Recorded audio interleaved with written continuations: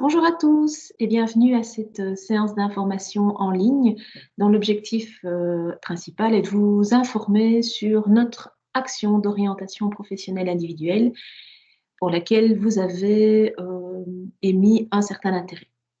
Alors, avant de plonger sur cette séance d'information, vous donner en quelques mots une explication de qui nous sommes au sein du centre Édith de Verviers. Donc, nous sommes un CISP, un centre d'insertion socio-professionnelle, et notre objectif principal est de former et d'orienter des personnes, de faire un choix de carrière également.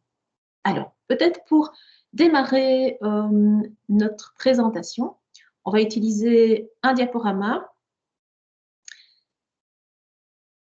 Voilà.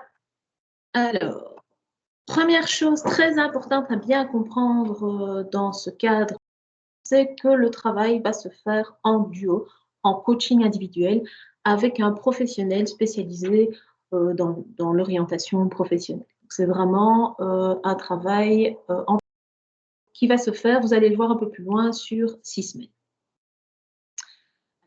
Vous découvrez les différents thèmes que nous allons aborder dans le cadre de cette présentation, mais je démarre tout de suite avec les objectifs.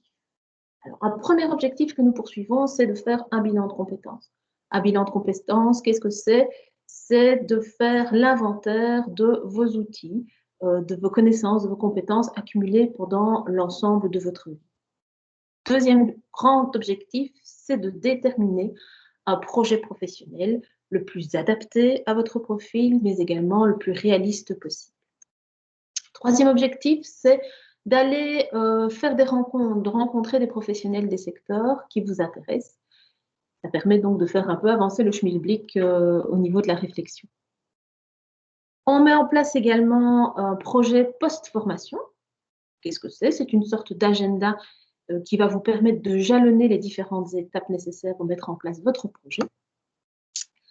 On peut également mettre en place une sorte de stage de découverte qui vous permet également de découvrir plus dans la réalité le métier qui vous intéresse. Et un dernier objectif, mais non le moindre, c'est de travailler, en tout cas pour ceux pour qui c'est nécessaire, d'améliorer l'estime de soi et de la confiance en soi en découvrant l'ensemble de ses compétences et les possibilités qui sont encore offertes à plusieurs personnes. Ça, c'était pour les objectifs. On va maintenant passer aux conditions nécessaires pour entrer dans l'action. Alors peut-être, avant d'aller voir les conditions pratico-pratiques, vous décrire en quelques mots le type de profil de personnes qui préfèrent faire une orientation individuelle, donc en duo, plutôt qu'en groupe. Donc en général, ce sont des personnes qui soit sortent de l'école et qui ne se retrouvent pas dans l'option qu'ils ont choisie, soit ont une carrière professionnelle derrière eux et souhaitent se réorienter pour différentes raisons, soit n'ont pas travaillé ou très peu et ont besoin d'un temps de pause pour réfléchir à leur projet professionnel. Donc ça, on est vraiment au niveau des types de profils. Mais au niveau des conditions purement pratico-pratiques, première condition nécessaire, c'est d'être inscrit comme demandeur d'emploi et d'être en ordre d'inscription. Ensuite, les différents points que vous allez voir apparaître sur le diaporama, c'est du soit, soit, soit. Donc, soit vous êtes chômeur complet indemnisé ou en stage d'insertion professionnelle pour les plus jeunes, soit vous êtes sur le CPS et donc vous avez une aide sociale, et vous avez obligatoirement un accompagnement de la part d'un conseiller du Forem, soit vous êtes sur l'INAMI, mais là, il y a une obligation d'accord du médecin conseil pour pouvoir participer à notre action.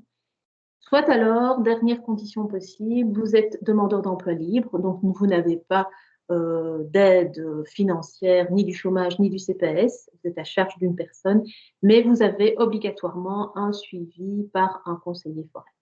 Donc voilà, si vous vous retrouvez dans une de ces conditions, c'est bon, c'est bien parti. Vous avez aussi une obligation avant d'entrer dans notre action, c'est de passer par un entretien de sélection.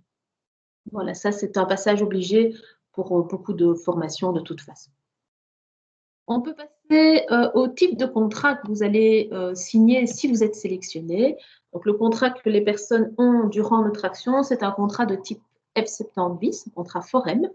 Et vous voyez, hein, il est décrit sur ce diaporama les différents avantages. Je vous laisse les lire et les découvrir tranquillement. Mais une chose sur laquelle je souhaite un peu appuyer, c'est sur les obligations.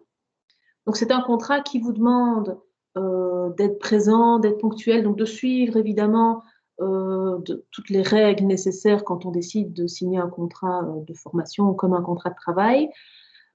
Mais une chose aussi importante à bien comprendre, c'est qu'on ne peut pas interrompre ce contrat pour n'importe quoi. Les seules bonnes idées pour quitter ce contrat de formation, c'est soit de trouver un emploi, soit de démarrer alors une formation qualifiante. Alors, comment se déroule la formation? La formation dure au total 6 semaines, à raison de 30 heures de semaine dans la totalité de l'action. Nous avons vraiment 30 heures d'entretien individuel qui sont réparties par semaine en 2 séances qui peuvent durer 2 heures, 2 heures et demie, voire parfois 3 heures en fonction du contenu.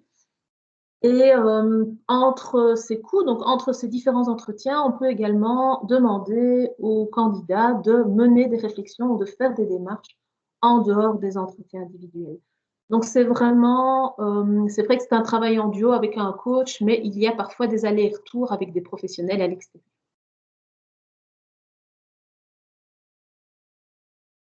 Alors, on parle du projet professionnel, un petit peu de précision sur quel est le contenu d'exercice que l'on va faire pour définir un projet professionnel. Donc, un projet professionnel, c'est d'abord faire un bilan de compétences, comme je vous expliquais tout à l'heure, bilan de l'ensemble de vos outils, mais également de vos valeurs, donc des principes qui guident votre vie, des choses que vous estimez importantes, à retrouver également dans le cadre de votre futur projet professionnel. On analyse vos contraintes, vos limites, on analyse vos conditions de travail acceptables ou idéales pour choisir un métier.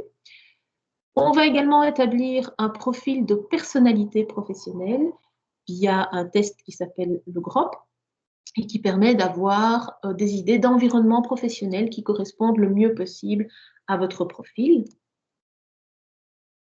On a donc, dans cette première partie de formation, on a une bonne vision de qui vous êtes, de ce que vous aimeriez faire et dans quelles conditions. On va ensuite passer à la deuxième phase qui est quand même la plus importante, qui est l'exploration de centres d'intérêt métier et surtout, ces centres d'intérêt vont être mis en parallèle avec votre profil qui vient d'être analysé. On va passer dans des phases de recherche documentaire, des phases de rencontre de professionnels qui va vous permettre de faire avancer et d'amener des pistes sérieuses de projets professionnels. Une fois que tout ceci est fait, on entre dans la dernière phase de synthèse et de projet post-formation. Donc la synthèse, c'est, et au final, avec toutes mes analyses et toutes mes informations, quelles sont les pistes de métier les plus réalistes et les plus adaptées. Et après, qu'est-ce que je fais? Donc mon agenda, mon projet post-formation, quelles sont les démarches à mettre en place pour aboutir mon projet? C'était un peu d'explication sur le contenu des exercices qui vont être donnés dans le courant de ces 6 semaines. Alors, après la formation, il y a plusieurs possibilités. Donc, je vous les mets toutes d'emblée. Alors, beaucoup de personnes décident de faire, ou beaucoup de personnes, en tout cas une partie des personnes décident de faire un MICIP, qui est un stage, une sorte de stage de découverte avec le Forum, du métier qui ressort, donc des pistes de métier. Un certain pourcentage peuvent faire directement de la recherche d'emploi parce que l'orientation définie ne nécessite pas de nouvelles acquisitions de compétences ou de nouvelles acquisitions de connaissances. Donc, c'est possible de postuler directement, mais une grosse majorité quand même se rend compte que ce n'est pas possible et donc vont vers une formation qualifiante. Donc, ont une nécessité de se reformer et de se requalifier dans le secteur qui a été choisi et se lancent alors dans un parcours qui peut être plus ou moins long en fonction du projet défini. Alors, vous voyez qu'il y a 3 petits points. Ces 3 petits points, c'est dans le cas où une personne ne sait pas démarrer tout de suite un nouveau projet parce qu'il y a besoin de se remettre en état de santé, il y a besoin de faire une pause pour quelque raison que ce soit. Et donc, il y a ces 3 petits points, mais heureusement, ce n'est pas un gros pourcentage des personnes qui terminent la formation. On propose un suivi post-formation pendant 6 mois, donc une sorte de coaching en filigrane comme ça, et qui vous permet peut-être de maintenir une certaine mobilisation autour de votre nouveau projet professionnel. Donc ça, c'est après la formation. Mais voilà, on arrive vraiment à la fin avec les dernières petites dias, et la dernière petite dia concerne un peu les points d'attention, les recommandations que l'on aimerait vous faire entendre avant de vous inscrire. Il faut vraiment que vous soyez conscient des exigences de cette formation, même si elle est courte, elle dure 6 semaines, mais c'est une action qui mène une réflexion sur la personne, sur vous-même. Et donc, il faut vraiment, le tout dernier point de la DIA est pour moi très important, ça demande vraiment un investissement important de votre part en termes d'énergie, de remise en question, de remise en perspective d'informations que vous aviez également. Donc voilà, il faut être prêt à se lancer dans ce type de réflexion avant de revenir dans cette action. Et on met évidemment en évidence le besoin de ponctualité, de régularité. Et voilà, ça semble naturel. Alors, dernière étape, évidemment, si vous êtes intéressé ou intéressé, il y a évidemment peut-être des questions aussi que vous vous posez. N'hésitez pas. Vous pouvez nous recontacter de 2 façons différentes. Donc, les 2 façons sont notées sur cette dia. Soit vous nous téléphonez pendant des permanences téléphoniques, tous les matins, entre 9h et midi, au numéro que vous voyez.